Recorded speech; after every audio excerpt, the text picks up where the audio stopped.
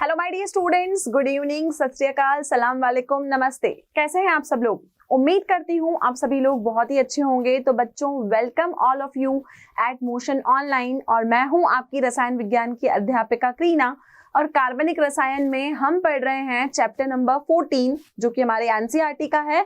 लेकिन अगर मैं ऑर्गेनिक केमिस्ट्री की बात करूं तो हमने स्टार्ट किया है चैप्टर नंबर 5, जिसका नाम है जैव अणु। जैव अणु पे अब तक हम 5 लेक्चर्स आपने देखा हम कर चुके हैं। और 5th लेक्चर में हमने प्रोटीन के बारे में चर्चा की थी। प्रोटीन की मैंने आपको कुछ संरचनाएं भी बताई, जिसमें आपका रेशेदार प्रोटीन और आपका गोलीकार प्रोटीन था।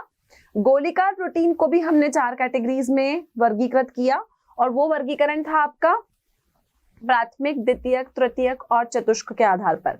इतना क्लियर? तो ये टॉपिक जो है, आई होप सभी बच्चों को क्लियर है और सबने प्रोटीन के स्ट्रक्चर को बखूबी समझ लिया है। आज हम एक नया टॉपिक स्टार्ट करने वाले हैं, और ये हमारी एनसीईआरटी का बहुत ही शॉर्ट टॉपिक है, लेकिन इंपॉर्टेंट है क्योंकि क्वेश्चन कभी कभी इसमें से भी अराइज हो जाता है।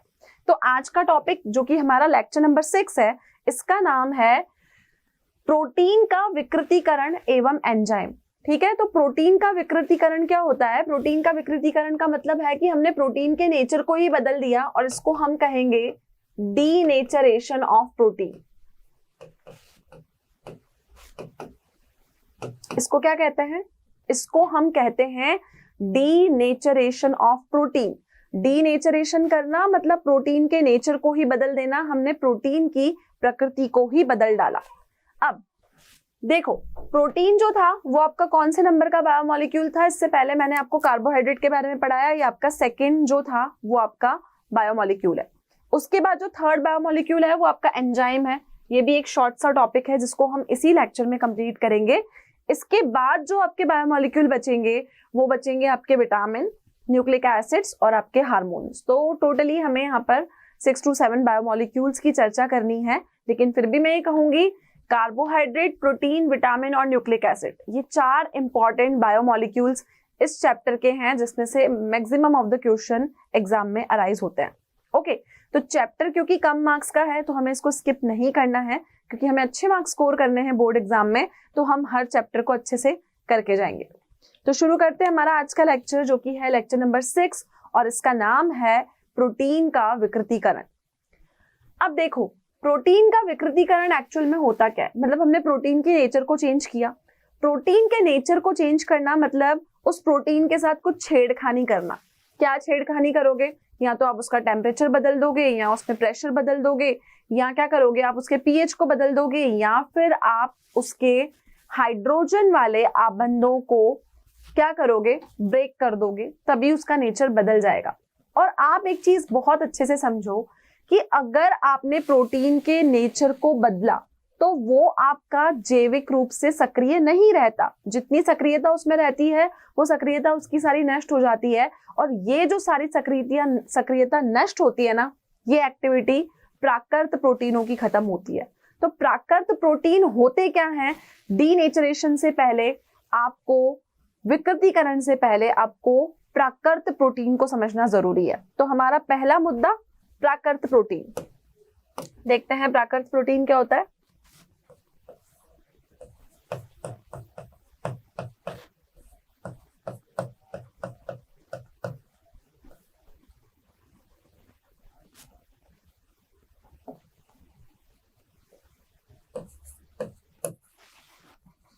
पहले हम प्राकृत प्रोटीन को समझेंगे।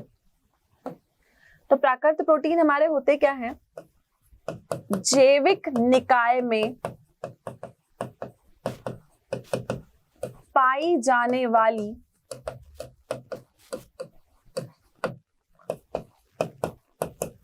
विशेष त्रिविम संरचना तथा जैविक सक्रियता वाले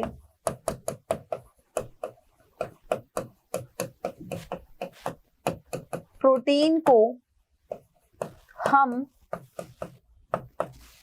प्राकृत प्रोटीन कहते हैं।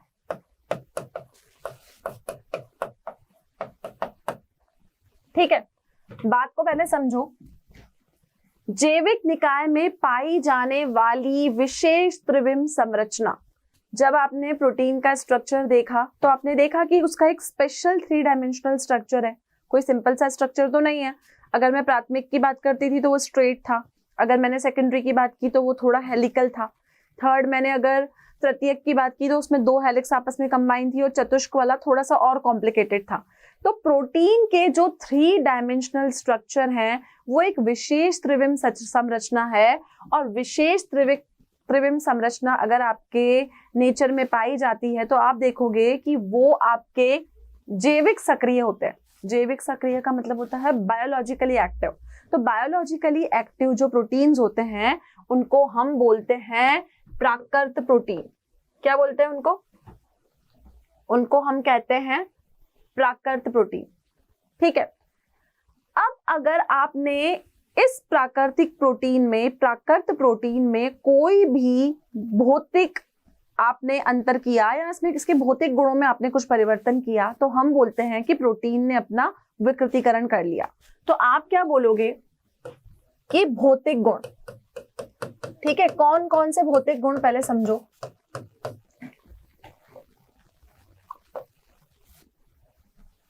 भौतिक गुण भी बोल सकते हो, भौतिक परिवर्तन भी बोल सकते हो, इसको आप परिवर्तन भी बोल सकते हो।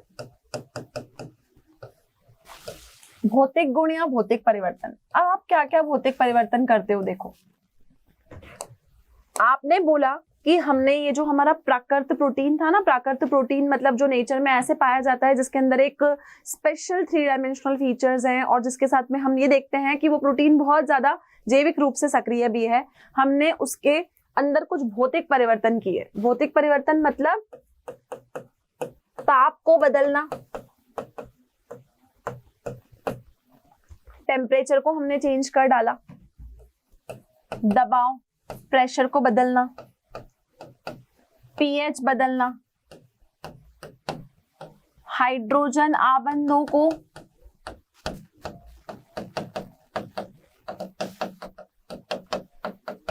तोड़ना, या क्या करना, उस प्रोटीन की अभिक्रिया किसी अम्लीय या क्षारीय माध्यम से कर देना। या तो कुछ अम्लीय माध्यम ले लो या कुछ आप उसका लिए क्षारीय माध्यम ले लो। आप या तो कोई अम्लीय माध्यम ले लो या कोई क्षारीय माध्यम ले लो। ये भौतिक परिवर्तन आप किसी भी प्रोटीन में करते हो। और कौन से प्रोटीन में करते हो? आप इसके प्राकृत वाले प्रोटीन में करते हो। तो अगर हमने प्रोटीन में इनमें से कोई भी चेंज किया, ये मैंने इतने सारे आपके चेंजेस लिखे हैं, प्रोटीन प्राकृत प्रोटीन में कुछ भी इनमें से परिवर्तन कर दो तो क्या देखोगे कि आपका जो प्रोटीन है कौन सा, गोलीकार वाला, ग्लोबुलर वाला, गोलीकार को हम ग्लोबुलर भी कहते हैं। तो गोलीकार प्रोटीन जो है उसमें उसकी जो हेलिक्स है वो खुल जाती है और हम कहते हैं कि अब उसका आकार कुंडलित न रह के अकुंडलित हो गया। तो होगा क्या? अगर आपने इनमें से कोई भी परिवर्तन किया, इन परिवर्तन में से मतलब अगर आपने तापमान बदल दिया, उसके ऊपर प्रेशर लगा दिया, आपने उसका पीएच बदल दिया, उसके हाइड्रोजन बॉन्ड्स को आपने छेड़ दिया, या फिर आपने उसको किसी अम्लीय या क्षारीय माध्यम में कोई भी अभिक्रिया करवा दी, तो होगा क्या? जो आपका गोलिकाकार प्रोटीन है, इसको आप ग्लोबुलर प्रोटीन भी कह सकते हो। इंग्लिश में हम इसको ग्लोबुलर प्रोटीन कहते हैं।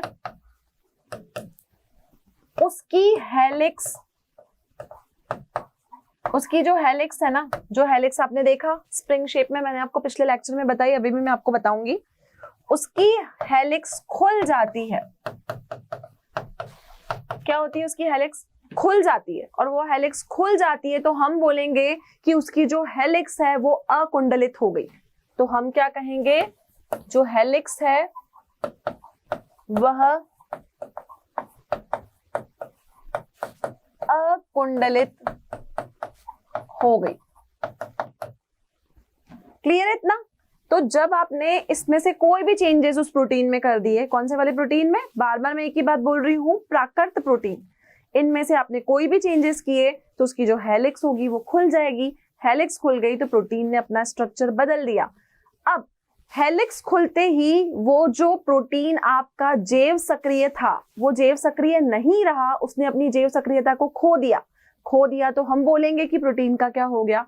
प्रोटीन का डीनेचराइजेशन हो गया, प्रोटीन का विकृतीकरण हो गया, प्रोटीन ने अपने नेचर को बदल दिया। ओके, तो ये हेलिक्स खुल गई, तो हम बोलेंगे कि हेलिक्स क्या हो गई, हेलिक्स आपकी अकुंडलित हो गई। तो यहां पर प्रोटीन जो होगा अपनी जैविक, ठीक है, अपनी जैविक सक्रियता, जैविक सक्रियता को क्या करेगा, जैविक सक्रियता को खो देता है। प्रोटीन की वैसी एक्टिविटी नहीं होती, और अगर प्रोटीन ऐसा करने पे अपनी जैविक सक्रियता को खो देता है तो इसे हम प्रोटीन का विकृतीकरण कहते हैं।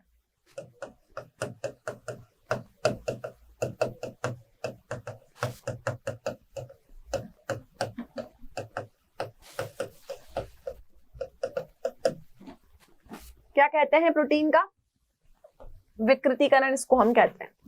ठीक है, तो यहां से आपको प्रोटीन के विकृतीकरण की डेफिनेशन मिल गई। बहुत सिंपल सी बात, प्राकृत प्रोटीन में अगर आपने कोई भी भौतिक परिवर्तन किया, जैसे आपने उसका तापमान बदला, आपने उसका पीएच बदला, या आपने उसके हाइड्रोजन आबंधों को तोड़ा, तो जो ग्लोबुलर प्रोटीन होता है, गोलीकार प्रोटीन, वो अपनी हेलिक्स वाली कुंडलियों को तोड़ देता है, कुंडलियां टूट जाती है तो वो अकुंडलित हो जाता है। और जैसे ही प्रोटीन आपका अकुंडलित हुआ, आप देखोगे कि उसकी जैविक सक्रियता है ना, वो खत्म होती जाती है, वो बायोलॉजिकली एक्टिव नहीं रहता, और इसे हम क्या कहते हैं, इसे ही हम प्रोटीन का विकृतीकरण कहते हैं। ठीक है, अब मैंने आपको पिछले लेक्चर में बताया था कि गोलीकार प्रोटीन जो होता है ना, वो आपका 4 संरचनाएं बनाता है। पहली होती है आपकी प्राथमिक संरचना। पहली क्या होती है, प्राथमिक संरचना। तो प्राथमिक संरचना में आप क्या देखते हो, सिंपल स्ट्रक्चर होता है। द्वितीयक में ये हेलिक्स के रूप में होता है, तृतीयक में 2 हेलिक्स आपस में जुड़ जाती है, ठीक है, ये प्राइमरी, सेकेंडरी ही हो गया, टर्शरी। और चतुष्क संरचना आप देखते हो थोड़ी सी कॉम्प्लिकेटेड होती है, इसमें बहुत सारे जो पॉलीपेप्टाइड आबंध होते हैं वो जुड़कर आपकी ऐसा चतुष्क संरचना बनाते हैं। अब बच्चों इंपॉर्टेंट चीज, ये जो प्रोटीन का विकृतीकरण हुआ है, इस प्रोटीन के विकृतीकरण में आप क्या देखोगे कि ये जो प्राथमिक वाली संरचना है ना, इसके ऊपर कोई प्रभाव ही नहीं पड़ता। क्यों नहीं पड़ता, क्योंकि इसका तो हेलिकल स्ट्रक्चर ही नहीं है। तो जब हेलिकल स्ट्रक्चर है ही नहीं तो अकुंडलित क्या होगा, तो हम बोलेंगे कि जो प्रोटीन का विकृतीकरण होता है उसकी वजह से प्राथमिक संरचना पर कोई प्रभाव नहीं पड़ता। प्रभावित कौन होती हैं, ये दोनों ज्यादा प्रभावित होती हैं, द्वितीयक और तृतीयक। और क्यों होती है, क्योंकि इन दोनों के पास हेलिक्स है, वो हेलिक्स ओपन हो गई, अकुंडलित हो गई। प्रोटीन है, उसने अपनी जैव सक्रियता को खो दिया। तो यहां पर नोट डाल के एक इंपॉर्टेंट चीज आप क्या लिखोगे कि प्रोटीन के विकृतीकरण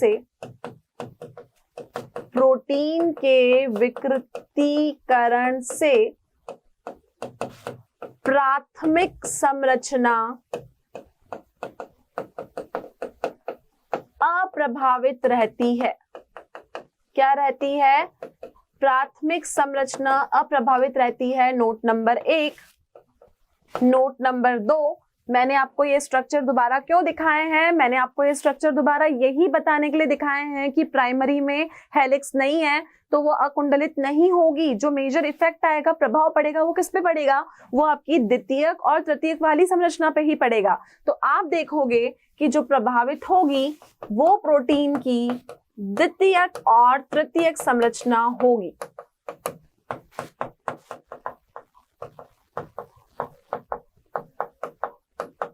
कौन सी संरचना होगी, वो प्रोटीन की द्वितीयक और तृतीयक संरचना होगी। तो बच्चों हम ये कहेंगे कि जो मेजर इफेक्ट आया वो सिर्फ सेकेंडरी और टर्शरी वाले स्ट्रक्चर पर आया, प्राइमरी पे कोई इफेक्ट नहीं आया। तो प्रोटीन का विकृतीकरण होना मतलब कि प्रोटीन जो है आपका, उसने अपनी जैव सक्रियता को खो दिया। क्लियर इतना? तो मेजर इफेक्ट किस पे आया, प्राइमरी और सेकेंडरी पे। अब अगर आपको याद हो तो पिछले लेक्चर में मैंने आपको ये एक उदाहरण भी दिया था और मैंने बोला था कि मैं इसको दोबारा अगले लेक्चर में डिस्कस करूंगी कि हमारे दिमाग में कभी कभी एक इंपॉर्टेंट क्वेश्चन अराइज होता है कि जब हम अंडों को बॉईल करते हैं, अंडों को उबालते हैं, तो वो वाटर जो होता है वो कहाँ चला जाता है। तो बच्चों वो जो आंसर है उसका यही छुपा है कि उस जो अंडे का अगर आप बॉईल करते हो ना, तो उसका अंडे में प्रोटीन होता है, एल्बुमिन होता है, उसका विकृतीकरण हो जाता है। विकृतीकरण और स्कंदन होने के कारण उसका जो जल है वो क्या हो जाता है, वहां से अवशोषित हो जाता है। क्लियर? तो यही रीजन है, क्योंकि जो आपका एग है वो किससे मिलके बना है, वो आपका प्रोटीन ही है। क्लियर इतना? चलो अब एक और चीज डिस्कस करते हैं। एग का एग्जाम्पल तो हमने देख लिया,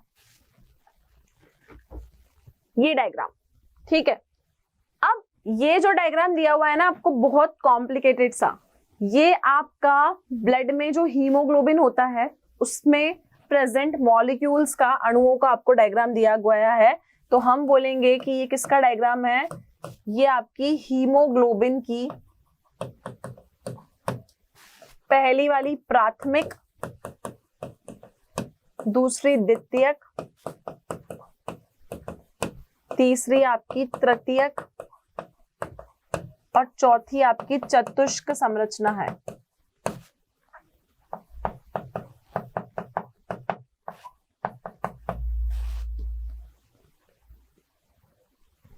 ठीक है, ये यहां तक का जो स्ट्रक्चर है ना, मैं यहाँ पे मार्क कर देती हूँ, जो आपको सिंपल सिंपल दिख रहा है, ये आपका प्राथमिक संरचना है। जो यहां तक आपको दिख रहा है ये आपकी द्वितीयक संरचना है। ये जो आपको यहां तक दिख रहा है ये तृतीयक संरचना है, और जो बहुत ही कॉम्प्लिकेटेड है वो आपकी चतुष्क संरचना है। ठीक है, ये आपके ब्लड में जो हीमोग्लोबिन होता है उसका स्ट्रक्चर आपको दिया हुआ है कि कैसे वो प्राथमिक, द्वितीयक, तृतीयक और चतुष्क संरचनाओं से मिलके बना होता है। अब बच्चों आप देखोगे कि यहाँ पे डिफरेंट डिफरेंट बॉल्स को अलग अलग कलर दिया गया है। ठीक है, अब यहाँ पर आप देखोगे, मैं पहले आपको बताती हूँ ब्लू बॉल्स के बारे में। ठीक है, ब्लू बॉल्स भी आपके पास में दो तरीके की हैं, एक आपकी लाइट ब्लू है, एक डार्क ब्लू है। ठीक है, तो हम इसको बना लेते हैं। पहले यहाँ पे एक लाइट ब्लू है, एक हमारी डार्क ब्लू है, ठीक है, एक येलो है, एक रेड है, एक आप लोगों की ग्रीन बॉल है, ठीक है, और क्या है, एक आपकी ग्रेइश है। ठीक है, ग्रेइश को हम कैसे बनाएं, ग्रेइश को हम व्हाइट से यहाँ पर रिप्रेजेंट कर रहे हैं क्योंकि हमारे पास ग्रे कलर यहाँ पर नहीं है। ठीक है, और नेक्स्ट जो है वो आपका, आप देखोगे रेड के ऊपर एक कुछ ब्लैकिश सा है। ठीक है, ऐसे रेड बना हुआ है और उसके ऊपर आपका एक ब्लैकिश सा स्ट्रक्चर है, रेड के ऊपर एक ब्लैक सा डॉट लगा हुआ है। ठीक है, अब मुझे बताना है कि ये क्या क्या चीजें हैं। ठीक है, ये सारे इंडिकेशंस आपको इस डायग्राम में दिए हुए हैं। ओके, तो ये हीमोग्लोबिन की प्राथमिक, द्वितीयक, तृतीयक और चतुष्क संरचना है। इसमें जो आपकी ब्लू वाली बॉल्स है ना वो कार्बन है, दूसरी नाइट्रोजन है, हाइड्रोजन है, रेड वाले आपके नाइट्रोजन है, सॉरी, जो आपका ग्रीन वाला है हाइड्रोजन, एक हो गए आपके ऑक्सीजन और एक ये जो हो गए, ये हो गए आपके हीमोग्लोबिन।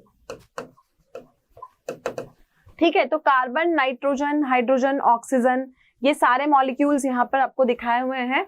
हमेशा C और N के बीच में बॉन्डिंग होती है, ये मैं आपको आगे न्यूक्लिक एसिड वाले स्ट्रक्चर में बताऊंगी। और यहाँ पर ये जो रेड कलर के दिख रहे हैं ना आपको, ये क्या है, ये आपके हीमोग्लोबिन के पार्टिकल्स है। क्लियर है? तो ये प्रोटीन के विकृतीकरण में हीमोग्लोबिन में आपको कैसे चारों संरचनाएं बताई गई है, ये आप यहाँ पर समझिए।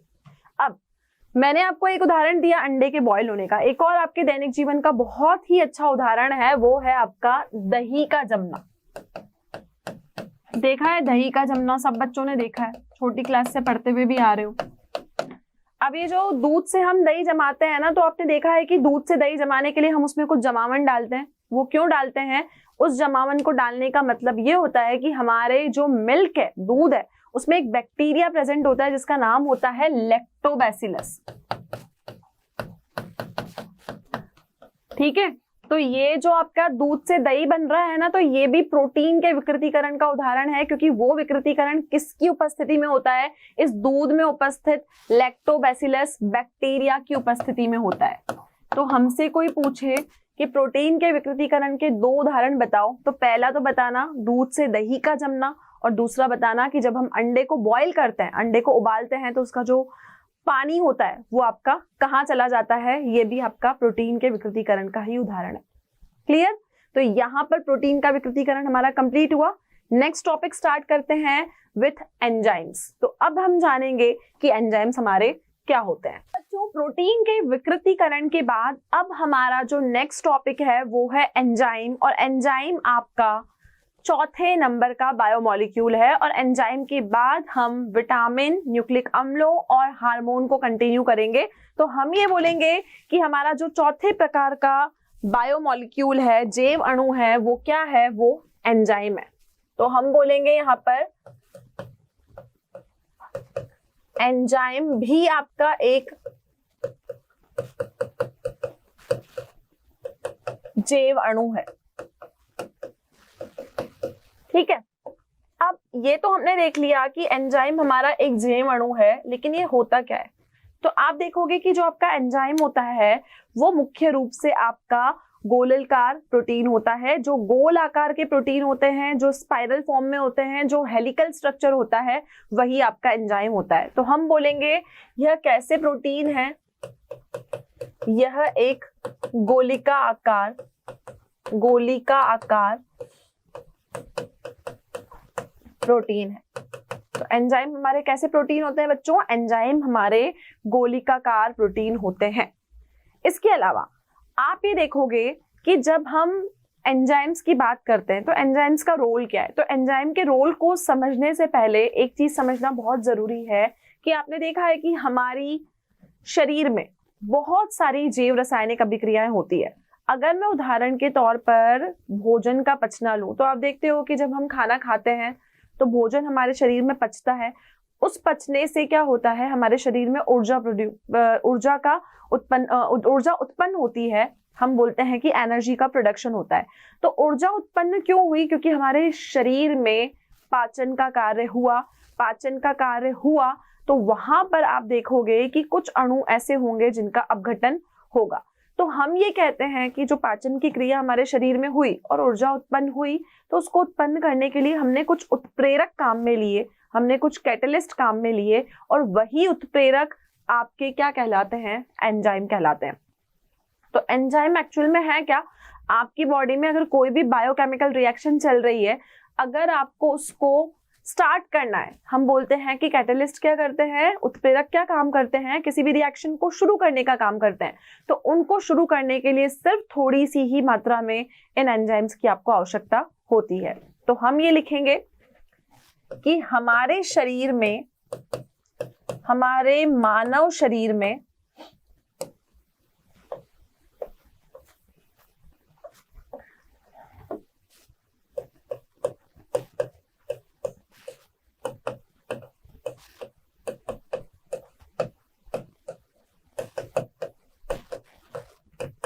बहुत सी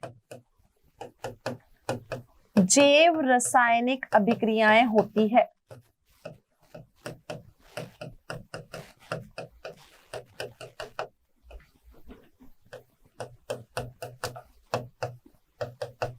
ठीक है, बहुत सारी जैव रासायनिक अभिक्रियाएं हमारे मानव शरीर में आप देखोगे होती है। और उन रसायनों के हिसाब से हम क्या कहेंगे? उन रासायनिक अभिक्रियाओं में जो चीजें हमको बहुत ही कम क्वांटिटी में चाहिए, कम अमाउंट में चाहिए, जो उत्प्रेरक का काम करे, वही हमारे क्या होते हैं? वही हमारे एंजाइम होते हैं। तो हम बोलेंगे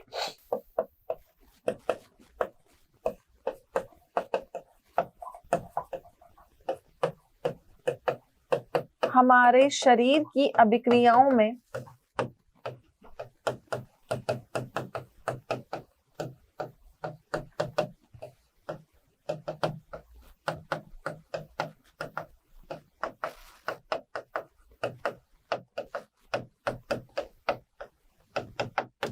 उत्प्रेरक का काम करते हैं।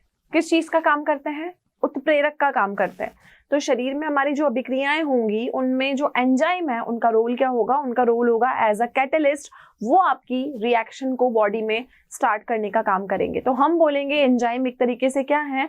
एंजाइम हमारे बायोमोलिक्यूल तो हैं, लेकिन ये बायोमोलिक्यूल किस तरीके से काम करते हैं बच्चों? ये बायोमोलिक्यूल आपके कैटलिस्ट की तरह काम करते हैं। तो हम क्या बोलेंगे? उदाहरण के तौर पर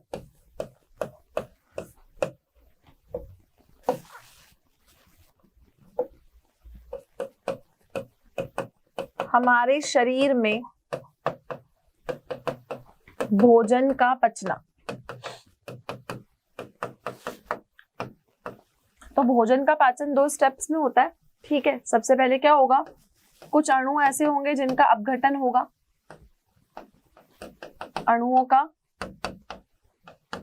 अपघटन, और साथ में जब अणुओं का अपघटन होगा तो आपकी जो ऊर्जा होगी, एनर्जी होगी, वो क्या होगी, प्रोड्यूस होगी।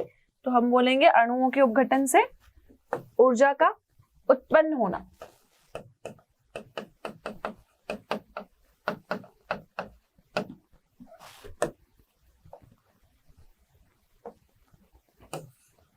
ठीक है, तो इन दोनों को ही करने में आपको किसकी रिक्वायरमेंट है? इन दोनों को ही शुरू करने के लिए आपको एंजाइम की रिक्वायरमेंट है।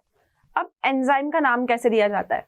देखो, जैसे आपको समझो कि आपने अगर माल्टोस शुगर है, माल्टोस आपकी शुगर होती है, तो माल्टोस शुगर का अगर आपको सुक्रोज से जल अपघटन करवाना है, तो माल्टोस अगर बनता है तो एंजाइम वही होगा जो आपकी शुगर बनेगी। जैसे माल्टोस बनी तो यहाँ पे एंजाइम माल्टेस चाहिए। तो आप देखोगे कि हमेशा जितने भी एंजाइम होंगे सबके नाम के अंत में क्या लगेगा? सबके नाम के अंत में ASE लगेगा। तो आपको ध्यान क्या रखना है? एंजाइम के नाम के अंत में क्या लगता है? ASE लगता है। ठीक है, ASE लगता है तो उदाहरण के तौर पे पहले आप समझिए ASE कैसे लगेगा। जैसे मैंने बोला माल्टेस, मैंने बोला जाइमेज, तो सबके पीछे ASE आ रहा है ना स्पेलिंग में, तो जिनके पीछे S लगता है, ASE लगता है, वो सारे आपके एंजाइम होते हैं। तो आप देखोगे कि किसी भी शुगर का आपने जल अपघटन किया, फॉर एग्जांपल अगर आपने सुक्रोज का जल अपघटन किया, तो आपको पता है कि सुक्रोज के जल अपघटन से माल्टोज मिलता है, लेकिन वो माल्टोज कब मिलेगा? जब आप ये एंजाइम काम में लोगे। तो एंजाइम आपको बहुत ज्यादा क्वांटिटी में नहीं चाहिए होते हैं, थोड़े से एंजाइम ही किसी अभिक्रिया को करने में सहायक है। तो देखो होगा क्या? तो बच्चों उदाहरण के लिए हम समझेंगे। देखो उदाहरण क्या है, मैंने यहाँ पे लिया C12H22O11, ठीक है, ये C12H22O11। अब मुझे इसको जल अपघटित करके मुझे इसको ग्लूकोज में कन्वर्ट करना है, मुझे बनाना है C6H12O6। ध्यान से समझिएगा, मैंने लिया C12H22O11 और मैंने उसको जल अपघटित करके ग्लूकोज बनाया। तो अगर मुझे इस जल अपघटन की अभिक्रिया को प्रोसीड करना है तो यहाँ पर मुझे एक उत्प्रेरक की आवश्यकता पड़ेगी, और वो उत्प्रेरक कौन होगा? वो उत्प्रेरक मेरा एंजाइम होगा। तो हम क्या बोलेंगे? C12H22O11 ये क्या हुआ? ये हुआ आपका माल्टोस। क्या हुआ ये हुआ आपका माल्टोस। C6H12O6 ये होता है हमारा ग्लूकोज। ठीक है, तो माल्टोस को जब मैंने ग्लूकोज में कन्वर्ट किया तो मैंने एक एंजाइम की उपस्थिति में ये अभिक्रिया करवाई, और ये एंजाइम क्या कहलाता है? ये एंजाइम आपका कहलाता है माल्टेस। ठीक है, तो एंजाइम वो उत्प्रेरक हैं जो आपको बहुत ही कम मात्रा में चाहिए, लेकिन रिएक्शन को प्रोसीड करवाने के लिए उनकी आवश्यकता जरूर पड़ेगी। तो माल्टोस से ग्लूकोज बनता है जल अपघटन से, और उस जल अपघटन को प्रेरित करने के लिए हमने यहाँ पे क्या डाला? हमने यहाँ पे माल्टेस डाला। क्लियर है? तो ये था आपका एंजाइम्स और एंजाइम्स के एग्जाम्पल, एंजाइम आपका कैसे काम करता है। तो अब एंजाइम के मैकेनिज्म को अब हम समझेंगे कि कोई भी एंजाइम होती है उसकी क्रियाविधि कैसे होती है। एंजाइम की क्रियाविधि मतलब एंजाइम आपका वर्क कैसे करता है, एंजाइम जो होते हैं उनका मैकेनिज्म कैसे होता है। तो नेक्स्ट है मैकेनिज्म ऑफ एंजाइम।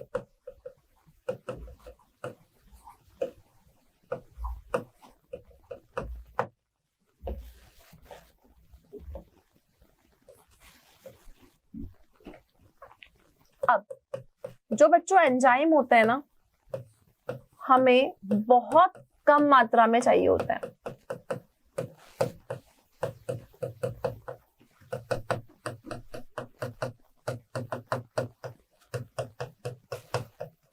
क्यों कम मात्रा में चाहिए? क्योंकि ये किसका काम कर रहे हैं? ये उत्प्रेरक का काम कर रहे हैं, और कैटलिस्ट हमेशा रिएक्शन में थोड़े अमाउंट में ही लिया जाता है। तो कम मात्रा में क्यों चाहिए? क्योंकि ये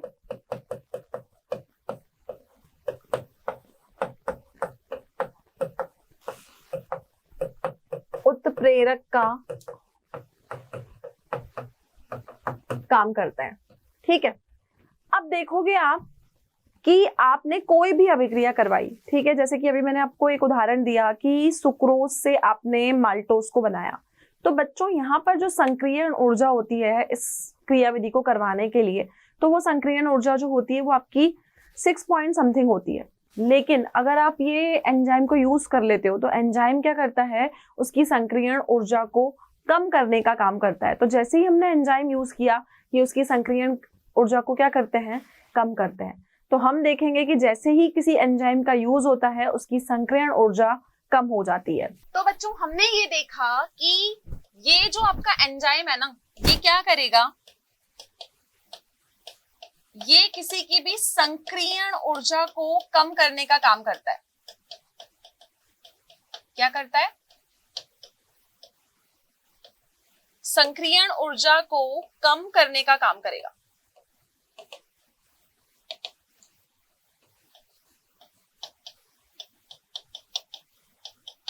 क्लियर।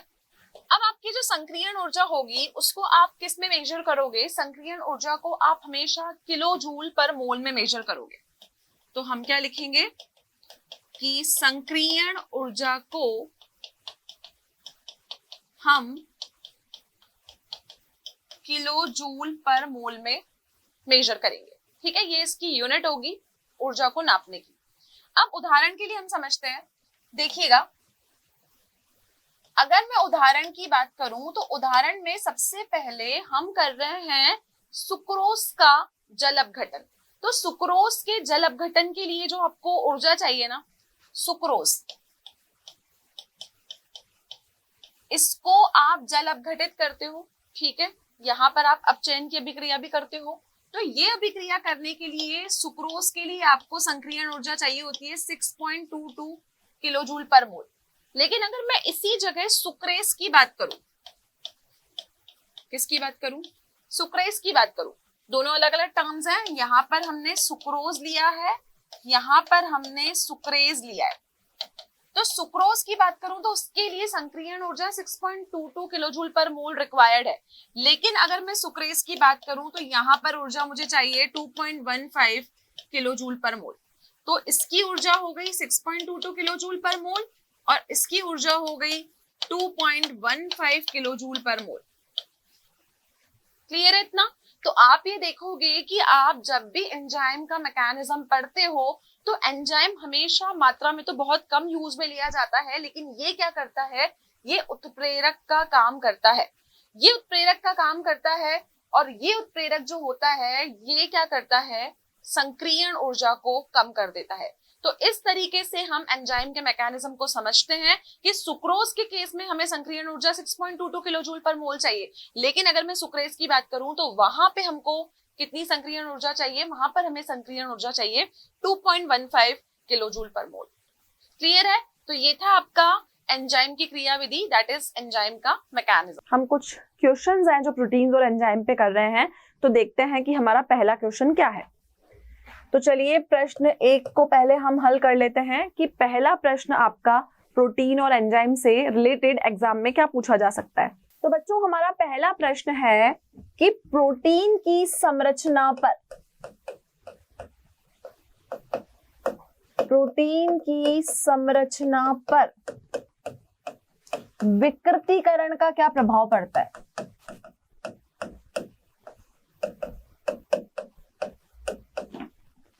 प्रोटीन में आपके सिर्फ कुछ गिने चुने क्वेश्चन ही है जो इंपॉर्टेंट है। जैसे आपसे पूछा जा सकता है कि रेशेदार और गोलीकार प्रोटीन में क्या फर्क है, प्रोटीन की संरचना पर विकृतीकरण का क्या प्रभाव पड़ता है, ये भी एक इंपॉर्टेंट क्वेश्चन है जो आपसे एग्जाम में पूछा जा सकता है।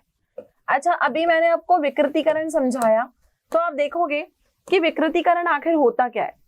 अगर कोई भी प्रोटीन आपका उष्मा, ताप, दबाव, क्षार या किसी अम्लीय माध्यम के संपर्क में आ जाता है, तो आप देखते हो कि जो प्रोटीन का स्ट्रक्चर है, जो प्रोटीन का गोलीकार रूप है, वो गोलीकार रूप अपना शेप बदल लेता है, उसके आकार में चेंजेस आ जाते हैं। तो इसकी वजह से क्या होता है कि प्रोटीन जो है वो अपनी प्रॉपर्टीज को खो देता है, प्रोटीन में वो चीजें नहीं रहती जो वो एग्जिबिट करता है। तो आप देखोगे कि जो आपकी द्वितीयक और तृतीयक संरचना है ना, विकृतीकरण सिर्फ उनका होता है, प्राथमिक संरचना पर बेसिकली यहाँ पर कोई फर्क नहीं पड़ता। तो देखें विकृतीकरण पर क्या प्रभाव पड़ता है। तो इसका उत्तर क्या होगा? आपका जो प्रोटीन है वह ताप, ऊष्मा, क्षार या अम्ल की उपस्थिति में, अगर ये इनकी उपस्थिति में, अगर ये आपने इसको किसी से भी रिएक्ट करवा दिया, अगर आपने उसका टेम्परेचर चेंज कर दिया, प्रेशर चेंज कर दिया, उसमें कोई एसिडिक और बेसिक मीडियम डाल दिया, तो क्या होता है? प्रोटीन अपना प्राकृतिक लक्षण खो देता है। प्राकृतिक लक्षण जो होते हैं ना प्रोटीन के, वो नहीं रहते उसमें। प्राकृतिक लक्षण खो देता है। तो उन प्राकृतिक लक्षणों को खो देने के कारण हम ये देखते हैं कि उसका गोलिक आकार में परिवर्तन आ जाता है। गोलिक आकार में परिवर्तन आ जाता है और इसे ही हम विकृतीकरण कहते हैं। इसे हम क्या कहते हैं? इसे हम विकृतीकरण कहते हैं। तो इसके गोलिका आकार में जो परिवर्तन आया, इसी को हम विकृतीकरण कहते हैं। और बच्चों, इस विकृतीकरण का इफेक्ट जो होता है वो प्राथमिक संरचना पर नहीं पड़ता। प्राथमिक संरचना पर विकृतीकरण का अभाव नहीं आता।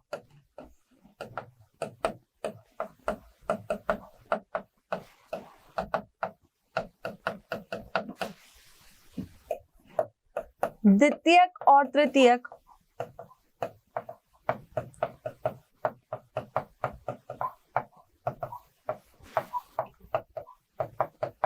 संरचना पर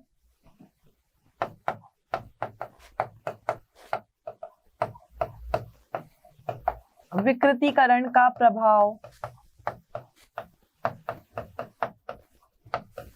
पड़ता है। तो प्राथमिक वाली संरचना पर आप देखोगे विकृतीकरण कोई इफेक्ट नहीं करेगा, लेकिन जो द्वितीयक और तृतीयक संरचना है आपके प्रोटीन की, उन दोनों पर विकृतीकरण का प्रभाव पड़ता है। तो ये था आपका पहला क्वेश्चन जो प्रोटीन से रिलेटेड था। सेकेंड क्वेश्चन हम एक और करेंगे जो कि एंजाइम के ऊपर है, और एंजाइम के ऊपर आपके ज्यादा डिफिकल्ट क्वेश्चन नहीं होते। एंजाइम आपका एक सिंपल सा टॉपिक है। तो देखो एंजाइम के ऊपर क्वेश्चन क्या है। सिंपल आपसे पूछेंगे एंजाइम किसे कहते हैं?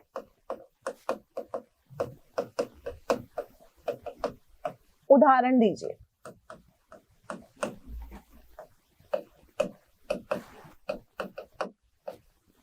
ठीक है, अब बच्चों एंजाइम को आप कैसे परिभाषित करोगे?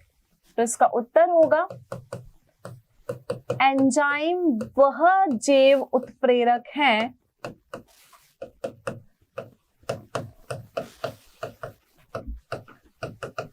जो किसी भी जीव में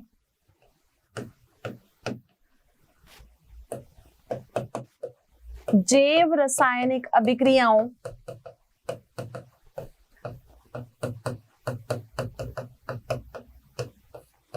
को समन्वय करते हैं। ये वह उत्प्रेरक हैं जो किसी भी जीव में जितनी भी आपकी बायोकेमिकल रिएक्शंस होती हैं उनको कंप्लीट करने का काम करते हैं। अब बच्चों एंजाइम के लिए हमारे पास में उदाहरण है। देखो एंजाइम क्या है? एंजाइम वो उत्प्रेरक हैं जो आपको बहुत ही कम क्वांटिटी में रिक्वायर्ड होते हैं किसी जीव की जैव रासायनिक अभिक्रिया को पूर्ण करवाने के लिए। तो देखो अगर आपके पास में है C12H22O11, ठीक है, ये है आपका माल्टोज। ये क्या है? ये आपका माल्टोज है। अब अगर मुझे माल्टोज को ग्लूकोज में परिवर्तित करना है, C6H12O6 आगे 2 लगाएंगे, ये आपका ग्लूकोज है। ग्लूकोज का फॉर्मूला आप जानते हो, ठीक है। अब हमको क्या करना है कि अगर जब हमको माल्टोज को ग्लूकोज में कन्वर्ट करवाना है ना, तो माल्टोज को ग्लूकोज में कन्वर्ट करवाने के लिए मुझे यहाँ पर एक एंजाइम की आवश्यकता होगी जो क्वांटिटी में तो कम लगेगा लेकिन इस रिएक्शन को प्रोसीड करवाने के लिए बहुत जरूरी है। तो यहाँ पर हम कौन सा एंजाइम यूज करेंगे? वो एंजाइम होगा हमारा माल्टेज। तो माल्टोज को ग्लूकोज बनाना है, तो माल्टोज को ग्लूकोज बनाने के लिए हमें कौन सा एंजाइम चाहिए? हमें माल्टेज एंजाइम चाहिए। तो ये था आपका प्रश्न, एंजाइम क्या होते हैं और उसका उदाहरण। और आज का लेक्चर हमारा यही कंप्लीट होता है और बेसिकली इस लेक्चर में हमने प्रोटीन का विकृतीकरण और एंजाइम की चर्चा की। प्रोटीन का विकृतीकरण टॉपिक इस चैप्टर का इंपॉर्टेंट पार्ट है। अगर मैं प्रोटीन की बात करूं तो प्रोटीन में से जो क्वेश्चन अराइज होता है वो 2 ही क्वेश्चन बनते हैं। पहला तो प्रोटीन का विकृतीकरण समझाइए और दूसरा आपके जो रेशेदार प्रोटीन है और गोलीकार प्रोटीन है उन दोनों में क्या अंतर है। क्लियर? तो बच्चों ये लेक्चर हमारा यही कंप्लीट है। इस लेक्चर से रिलेटेड अगर आपको कोई भी क्वेश्चंस, कंटेंट या डीपीपी की रिक्वायरमेंट है तो आप डाउनलोड कर सकते हैं हमारा motion learning app. Next class में हम फिर मिलेंगे और स्टार्ट करेंगे हमारा एक फ्रेश न्यू टॉपिक जो होगा विटामिन्स, और वो होगा हमारा अगले प्रकार का जैव अणु। तो हमारे साथ कनेक्टेड रहिए। Thank you so much, have a great day. आशा करता हूं हमारे टॉप एजुकेटर का यह लेक्चर आपको पसंद आया होगा।